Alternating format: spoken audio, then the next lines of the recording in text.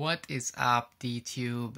What is up, the Steam blockchain? So today I want to talk a little bit about the evolution of gadgets in the world and how they are all going from mechanical devices to energy machines. Let's take we can take all the devices that humans are doing, cars, smartphones. It's just enhancing our, I think it's called, existing faculties. So we are just enhancing some things. We are only speeding up, and we're doing some stuff that we already know. We're doing it a little bit faster. So instead of walking, first we did a bicycle, and then we did a car, and then we did an airplane.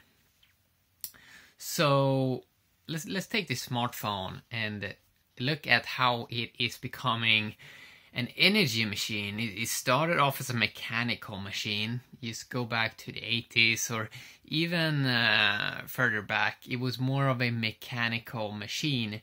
Then it was larger. It had more devices, parts inside of it.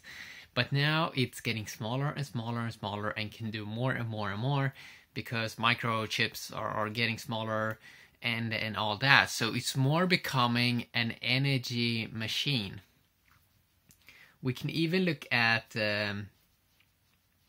tokens flowing around. What is it? It's energy.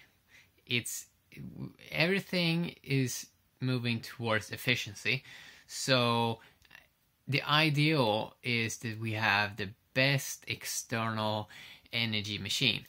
So we're sort of starting to realize, okay, we started off with we needed a device, and then it's eventually probably going to be 1/10 of the size of what it is right now, and we're probably not gonna have to keep it around all the time, because right now we're moving around with a smartphone, sort of a mechanical device. We're moving around with it, and we have to hold it in the hand. We keep it in our pocket. We always have to charge it. We always have to care for it a lot. But I think in the future, it's more and more going to move towards, you may not even have to walk around with a device, because it's mainly going to be energy device. One good example of this is, for example, cloud storage, cloud gaming, that we're doing more stuff in the cloud. It's not even happening locally on your machine. We can also see this with money, of course. We started off with paper money, and now it's just energy in the cloud. You almost don't even know what it is. Is it even is it even so-called real, or is it just that I'm seeing it in my eyes? I'm looking at something, and that image goes into my eyes. So is it that it actually is, when it's virtual, that it actually happens in my eye? Now that gets kind of interesting. So if that is true, then that is pretty energy efficient. If it just happens by looking at something. Right now I'm looking at a smartphone. It has light and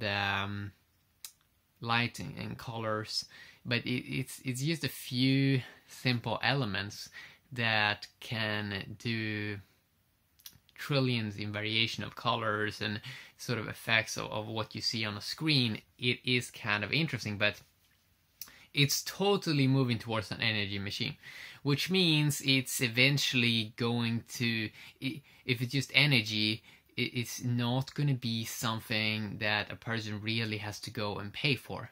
So right now we have these stores where you go and buy a mechanical device, either a mechanical computer or a mechanical smartphone. Are we really going to do that in 5 years? I don't think so. I know there's so many people that already right now have too many smartphones. They have too many devices, basically. Too many devices that they don't even need. And as time moves on, it's just going to be more optimized for, well, you just need this tiny little gadget, or you may not even need that, because we're just going to do whatever you want to happen. you can just rent cloud storage from Google.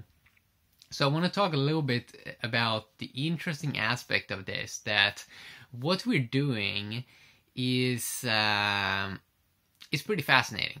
It's pretty fascinating because we're sort of doing we are playing with external technology. Then there are something that some people call inner technologies, and that is basically how our energy in our body, how you can tweak and you can access that dimension basically and explore it, our inner energy field, and how that energy can basically be channeled around. And it's funny because we are just investing in external energy fields and energy machines, where it's more something physical, right? That's why we're so fascinated with. There's more atoms packed together. That's why I can hold a device in my hand, and we are sort of fascinated with that because our sense perception, it's our five senses. It can only see the outside, right? It can only see the outside. That's why we're so focused on external technologies. But there is also ways to explore the inner technologies. And what is fascinating about this is that I think that when people just see that it's just a dance and a play with energy, when they just see that life sort of is that there's not that much. We are making a big fuss of everything. We're making a big fuss of everything, especially stuff that we see.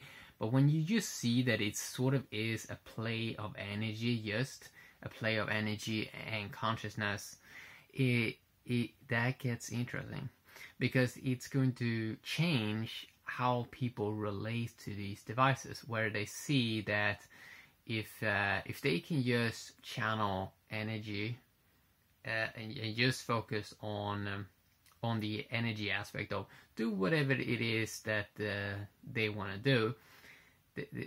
It's funny how we call it YouTube channels, that we like channel energy, right? So we can see then that this aspect of take for example how people are looking at value, and especially the scarcity paradigm with that, for example.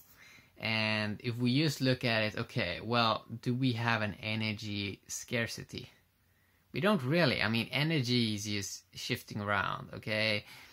One moment it's there, the other time, and then it flows there, and then it goes there, and then it goes there. So it's the same with money, right? So money, we call money right now, but eventually when it's going to be more obvious that it's just energy, people are probably just going to see, people may even scrap that label money and just get a higher understanding of energy. And one big aspect that is kind of fascinating, one big mechanical machine, which is obviously cars that a lot of people are driving around every day. When people just look at it from an energy aspect, they are eventually going to do it so instead of a person having to go to a place, like if they need to be physically there, people are going to look at it, well, what is it that actually needs to be at the physical location? Can't we make a robot and then a person can just be at home and they can put on a VR headset, a virtual reality headset, and they can remote control sort of a machine. Humans are already doing this, okay? Humans are already doing it. You can already sort of see, you can say the future. We can see what humans already are seeing. So we can see, for example, some people go to work and they control a machine. In a way, they remotely, you could say, they remotely control one thing that takes things up and put it in another place. So why wouldn't people eventually do it, but on a distance when they're further away from the machine? well, clearly that can be done, and that's obviously gonna save in huge on energy. Basically, it's gonna be massive energy saver because a person doesn't have to drive some mechanical device basically around. And we starting to see also, it's funny with when all is moving towards software, we see Apple is sort of, it's going to be harder for them to sort of make a lot of value in terms of the hardware side, because when people already have hardware, they don't really see that much point in upgrading the hardware. They're gonna be more as, well, can't you like just send me a software update? Because mainly the cool things are mainly a software right now, and what is software? It's a virtual reality experience. So people are gonna keep push it, which is kind of interesting. For example,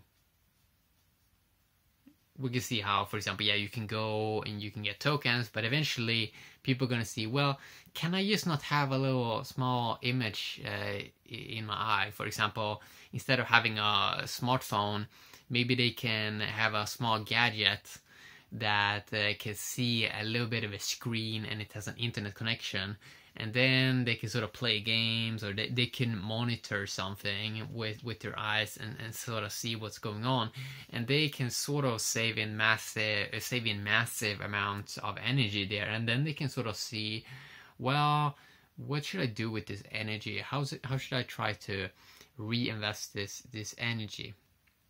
And I think that people's awareness are going to hopefully increase about this shift where they're just gonna see that, well, I think that many people already right now sort of see it that, well, it's kind of a virtual reality experience. It's kind of a virtual reality experience, and you hold this smartphone in your hand and you sort of feel that, wow, it's kind of heavy. Do I really need all of this? Because I think that most people are just using maybe 2 or 3 apps on their device, and it's pretty basic stuff. It's very rare that you need massive amounts of resources to do something, and that is going to be streamed eventually. Like the heavy duty stuff is probably not going to happen locally on a device. Right?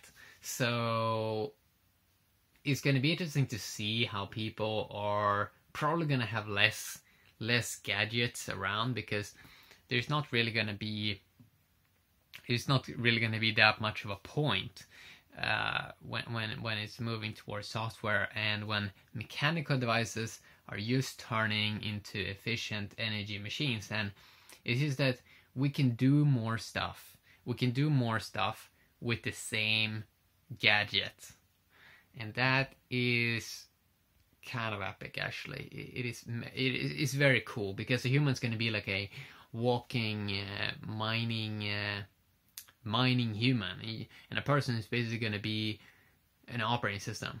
We already are an operating system, but it's as if technology is making it so we can easier see a manifestation of a human almost becoming the operating system, which we're seeing eventually, where the whole internet is going to be about, you have one ID or one account, and you basically get access to all that a person desires.